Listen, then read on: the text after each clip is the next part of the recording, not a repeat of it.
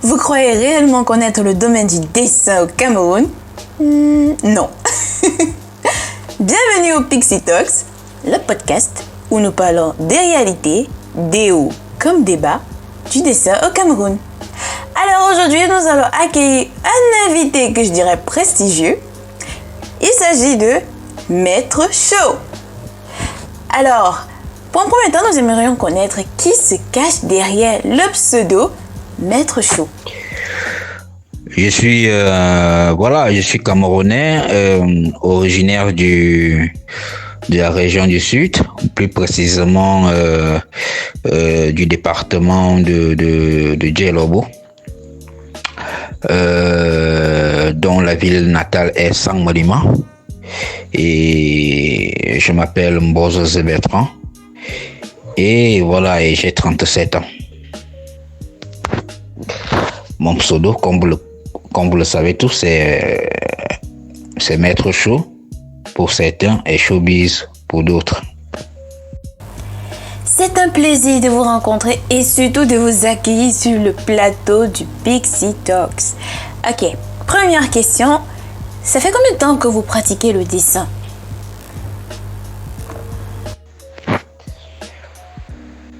Combien de temps je pratique le dessin? Si j'en tiens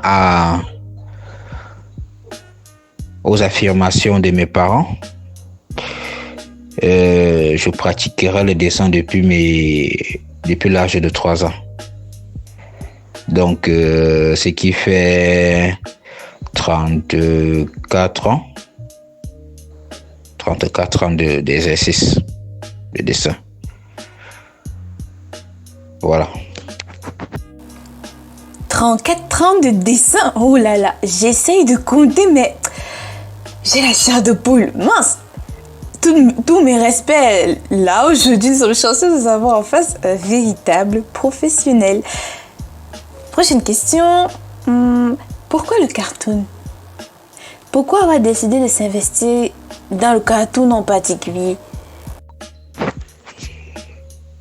Choisir un style, je pense pas que la question est bien posée parce qu'on ne choisit pas un style. C'est le style qui nous choisit. On se retrouve en train de dessiner ainsi après avoir eu à s'exercer à plusieurs styles. C'est la somme de ces styles-là qui fait notre identité graphique. En d'autres termes, si on ne réussit pas à s'entraîner à dessiner comme d'autres personnes, on n'arrivera pas à avoir une identité en tout cas. Donc, je n'ai pas choisi. Je me suis retrouvé en train de dessiner ainsi. Donc, voilà. Donc, on doit comprendre qu'en fait, le cartoon, c'est votre identité, c'est votre ligne et c'est par là que vous vous exprimez. D'accord. Prochaine question. Qu'est-ce que vous qualifierez comme votre plus grande réussite depuis que vous pratiquez le dessin?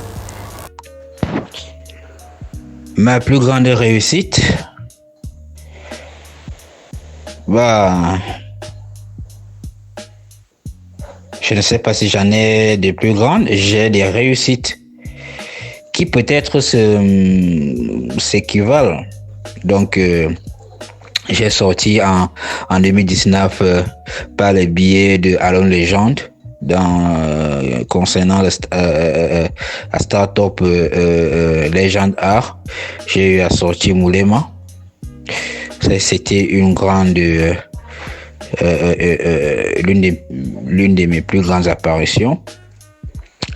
Sans compter qu'en quelques années, 4 ans avant, en 2015, là c'était dans un magazine, je sortais Lovely Secret et c'était Nu Era Publisher qui le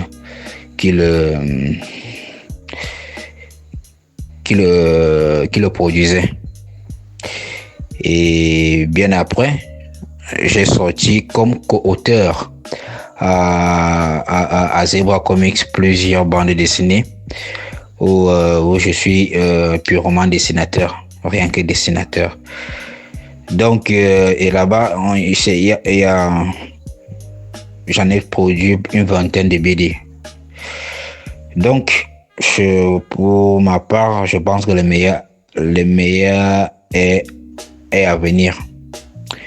Je n'ai pas beaucoup dire que j'ai ma plus grande réussite. Non, je vise encore loin. Donc voilà, le meilleur est à venir. Je crois qu'avec tout ça, tous nos internautes, dessinateurs ou non, seront suffisamment inspirés pour prendre le destin entre deux mains et essayer aussi de se donner à cœur joie, parce que ça, c'est vraiment impressionnant en fait. Ça prouve qu'il y a un travail qui se fait sur le terrain, même si c'est vrai qu'il n'est pas suffisamment valorisé. Ça, c'est entre parenthèses. Prochaine question. Selon vous, quelle est votre plus grande limite jusque-là? Ma limite, je sais pas dans quel sens vous posez la question sur le dessin en général, sur la bande dessinée. Je ne sais pas, mais je vais essayer de répondre de façon ramassée en généralisant les deux. S'il y a la bande dessinée, il y a des dessins, donc je vais parler du dessin de manière générale. Ma limite est de ne pas avoir encore eu à produire une bande dessinée en grande série. J'y travaille encore. Ça demande beaucoup de cardio. Ça dépend de quelque chose de consommable et qui est attrayant et qui plaît aussi au public. Donc voilà, c'est l'une de mes limites jusque-là. Je suis en train de travailler dessus. Nous attendons le résultat. Compte tenu du niveau de votre art et de la passion que vous acceptez de démontrer à travers vos travaux, à travers votre page Facebook, ça promet. On a hâte de voir le résultat. Du moins, moi, j'ai hâte de voir le résultat. Ok, dernière question. Quel est votre conseil? Ou du moins, qu'est-ce que vous direz à un dessinateur qui aimerait bien s'investir dans le dessin mais qui a peut-être peur d'oser ou qui craint d'être bloqué plus tard par manque de soutien ou bien par manque de moyens pour pouvoir poursuivre, pour pouvoir percer? Un conseil à donner à je sais pas à qui. Bon, je me dis aux autres dessinateurs.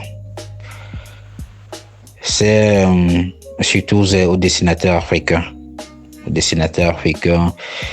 C'est de penser. Dessinateur africain et BDiste, parce que moi je suis BDiste. Peintre parfois, mais essentiellement BDiste. Au BDiste, voilà, il faut penser à une identité culturelle. Une identité culturelle qui va promouvoir le talent africain, la BD africaine. Donc, l'autre conseil qui va dans le même sens, c'est de travailler beaucoup, se documenter et s'il faut se faire concurrence, c'est avec soi-même.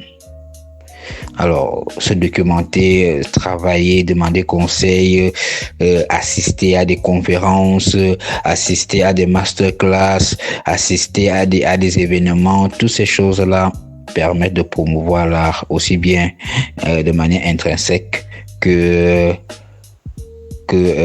collective quoi. Donc dans ce sens-là, moi je conseillerais des dessinateurs à travailler beaucoup et de savoir qu'est-ce qu'ils apporteraient au monde concernant les dessins. Il faut qu'ils sachent quel genre de bande dessinée ils veulent faire, quel genre, quel style ils veulent adopter et de penser à l'originalité. Voilà. Ça fait tout un tas de conseils qui seraient bien utiles aux dessinateurs qui aimeraient se démarquer et surtout gagner leur place honorablement sur un marché très très compétitif. C'était Maître Show en direct du Pixie Talks. Si vous avez des questions à poser à l'artiste, comme d'habitude, vous les laissez en commentaire. N'oubliez surtout pas de vous abonner, de liker, de partager et de rester connecté pour la suite. À la prochaine. Ciao ciao.